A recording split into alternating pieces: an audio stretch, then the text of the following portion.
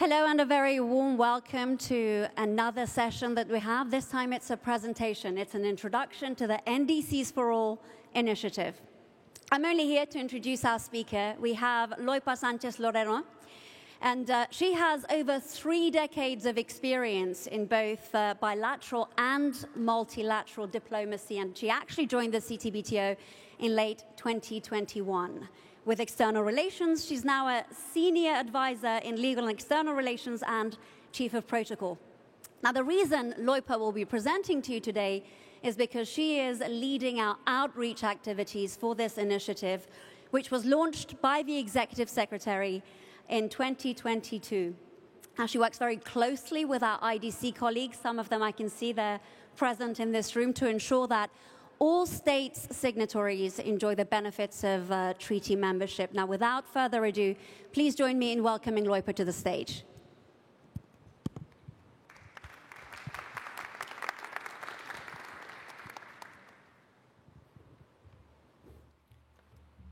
Good afternoon. I cannot see my presentation, so I will see. The first thing that I want to set is to thank the organizer of SNT for inviting me to make this presentation.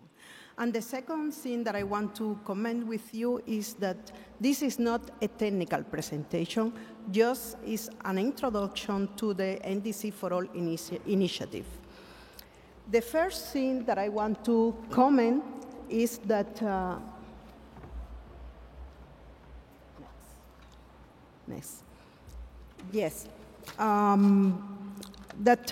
as you know, last year we celebrated the 25th anniversary of the CTBT opening for signature. And after 25 years of the CTBT, we realized that 25% of the state signatory did not have secure signatory account or establish the NDC. If a country do not have a secure signatory account, it's impossible to download data and receive the information from IDC. Other group of countries, the second group of countries that having a secure signatory account do not download the data. So those countries don't fully benefit from the treaty membership, and both group of countries are not in the position to determine or assess potential nuclear tests, as there is its prerogative, and also they are not used the benefit that the treaty can provide to them as a state signatory of the treaty. What is the exact situation? What were the exact situation in 2022? In 2022, after 25 years of the treaty, we have 43 state signatories without secure signatory account, 8 state signatories that having secure signatory account do not have or not establish the national data center, 66 state signatories have possibility to receive capacity building system. This system is a group of equipment to improve the capability of the national data center to download, storage, and receive the data, and 34 state signatories that have secure signatory account download 0 or minimal data. According to IDC, minimal data means that the state download less than 10 megabytes of data. I bring some elements from the treaty that are very important for this initiative. And I will not read, you read, but in fact, the idea is that all the countries, irrespective of their technical and financial capability, should enjoy the equal right of verification. And we, as Provisional Technical Secretariat, should support this country to develop the capability to receive, process, and analyze IMS data and IDC product. So we have a responsibility with the state signatory and have to help them to access to the data and participate in the verification regime.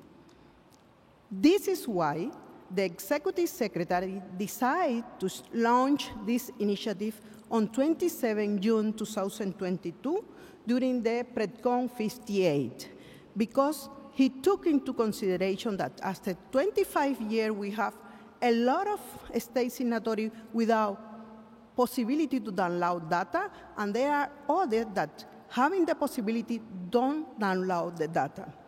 The objective of the initiative, well, increase the country with secure signatory account, increase also the authorized user, increase the number of national data centers, and to provide the state signatory with capacity building system. In fact, the idea is to increase the number of state signatories that download IMS data and IDC product. Internally, the responsible for the implementation of the National Data Center for all initiatives are the two directors, the director of IDC, Ms. Senabu, and the director of External Relations, Legal and External Relations, Mr. Sang Yunan. We work as a team together, IDC, with LEGREL, to implement the initiative. We have two coordinators, Ms. Rafi Seha for capacity building, for technical issue, and me for outreach activity. Besides this, the Executive Secretary created a task force. And what is the difference of this initiative that made the special proposal, that made it as a special proposal? This initiative increased our outreach effort and enhanced tailored assistance to reach a state signatory. Before, the PTS wait that the state signatory approach to us and request the secure signatory account and request support to create the national data center. Now we are more proactive, and we approach to a state signatory by telling them, you have this right, you can approach to us, you can do it like this, and we guide them during all the process and make that then entry into contact with the technical staff. This is the difference of this initiative regarding the previous situation that we have. We know that the establish an NDC is a problem of each country. It means it's a prerogative of each country to create the national data center, and we cannot impose anything. So if the state signatory don't approach to us and request support, we cannot do it. This is why the task force approach to those state signatories and tell them, these are your prerogatives, these are the possibility you have and the benefit that you can reach from the treaty. And then the state signatory approach to us and request. This is the main difference that made this initiative a new initiative. I repeat again. Concerning the capacity building system, I remember in the working group B, somebody requests, well, if you support the country within the initiative, what happened with the country out of the initiative? We said, we support all the state signatory to access to the data, so we support all of you with everything that we have with all the technical things. And to provide capacity building, we will take into consideration mainly least developing country, landlocked developing country, and small island developing states. But we will not forget the rest of the country, because there are a lot of that need some support to improve the capability of the national data center. So one of the important elements of the initiative is the promotion. And here, the public information section play a nice role, and the activity of the executive secretary also, because the executive secretary is making some trip around the world promoting the organization and making the outreach, the institutional outreach, and he tried that state signatory understand that the core activity of the treaty is to ban the tests, the nuclear tests, but also there is a lot of scientific and civil applications that states signatories can use for their benefit. And I will not comment too much on this because it's mainly technical issue, but as much as the state signatory knows about the possibility they have with the treaty, as much as they can benefit from it. For example, there is some civil and scientific application that the state signatory can use with the data that they download from CTBT, like radiation dispersal from nuclear accident, volcanic eruption, meteors, and there is other research that the scientific community can make with the data provided by CTBT, as Earth core, climate change, meteorology, and so on. So it's important that the state signatory understand that it's not only to detect and ban nuclear explosion, but they can also use this data for civil and scientific application. And this week of the SNT was very important because it showed you the sample of some scientific and civil application that can be used by the state signatory. In the, no? Yes. In the medium-term strategy published in February 2023, the PTS established four important objectives that will guide the work of the PTS in the next year. As you see, universalization and entry into force, a complete, robust, and sustainable verification regime, all state signatory benefit from treaty membership, and efficient, effective, and agile PTS. The most important here is that NDC for All initiative is part of the effort to implement the third objectives of the PTS. So the commitment is high and is part of the political commitment of the organization with the state signatory.